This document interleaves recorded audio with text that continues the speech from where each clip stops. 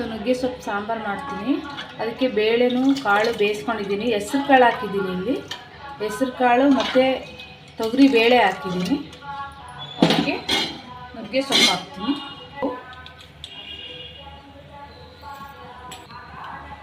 ಒಂದೂವರೆ ಸ್ಪೂನ್ ಉಪ್ಪು ಕುದೀಲಿ. ಇದು ನುಗ್ಗೆ ಸೊಪ್ಪು ಮುಚ್ಚಿ ಬೇಯಿಸಬಾರ್ದು, ಬಾಯಿ ಮುಚ್ಚಬಾರ್ದು, ಪಾತ್ರೆಗೆ ಹಿಂಗೆ ಬೇಯಿಸ್ಕೊಬೇಕು ಓಪನ್ನಾಗೇನ.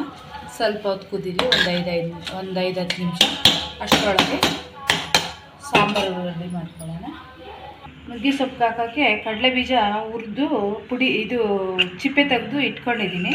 ಅದನ್ನು ಪುಡಿ ಮಾಡ್ಕೊತೀನಿ. ಅದರೊಳಗೆ ಒಂದು 2 ಮೆಣಸಿನ್ಕಾಯಿ ಹಾಕೊಂಡು ಪುಡಿ ಮಾಡ್ಕೊತೀನಿ, ಪೌಡ್ರ್ ಮಾಡ್ಕೊತೀನಿ. ಈಗ ನೋಡಿ ಫ್ರೆಂಡ್, ಈ ಥರ ಸ್ವಲ್ಪ ತರಿ ಇರಬೇಕು ಸೊಪ್ಪಿಗೆ ಹಾಕ್ಕೊಳ್ಳೋಕ್ಕಿದು. ಸೈಡ್ಗೆ ಎತ್ತಿಟ್ಕೊಳ್ಳೋಣ. ಮತ್ತು ಈಗ ಸಾಂಬಾರಿಗೆ ರುಬ್ಕೊಳ್ಳೋಣ.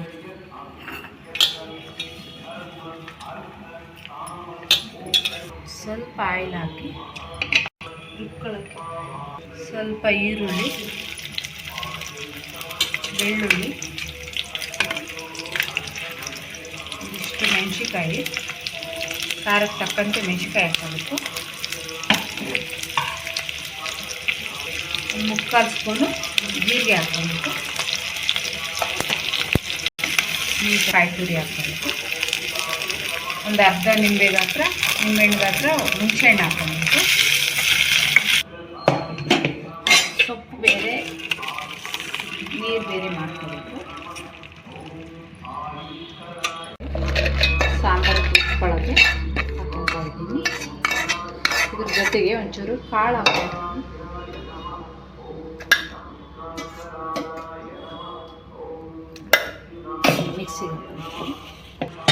ಮಿಕ್ಸಿಗೆ ಹಾಕೊಂಡಿದ್ದೀನಿ.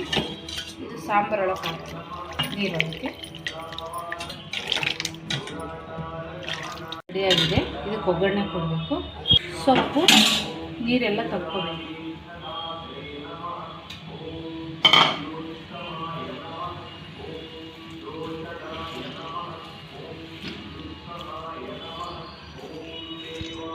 ಹಿಂಡಿಟ್ಕೋಬೇಕು.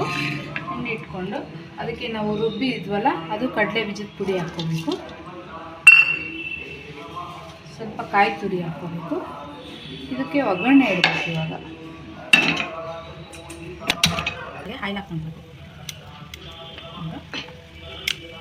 ಸಾಸಿವೆ 1 ಸ್ಪೂನ್ ಹಾಕಬೇಕು.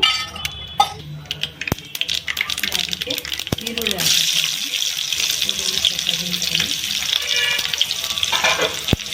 ಮೆಣಸಿನ್ಕಾಯಿ ಹಾಕ್ತೀನಿ.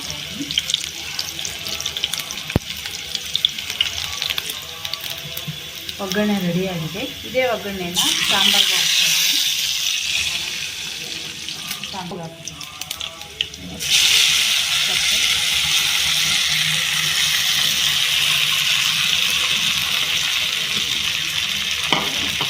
2 ಕುದಿಬೇಕು ಸಾಂಬಾರು. ರೆಡಿ ಆಯಿತು. ನುಗ್ಗೆ ಸೊಪ್ಪು ಸಾಂಬಾರು ಪಲ್ಯ ರೆಡಿ ಆಯಿತು. ನುಗ್ಗೆ ಸೊಪ್ಪು ಪಲ್ಯ ನಾನು ಸರ್ವ್ ಮಾಡ್ಕೊತಾ ಇದ್ದೀನಿ. ನಮ್ಮ ಮಕ್ಕಳು ಕೊಡೋಕ್ಕೆ. ಸಬ್ಸ್ಕ್ರೈಬ್ ಮಾಡಿ, ಶೇರ್ ಮಾಡಿ, ಲೈಕ್ ಮಾಡಿ ಫ್ರೆಂಡ್.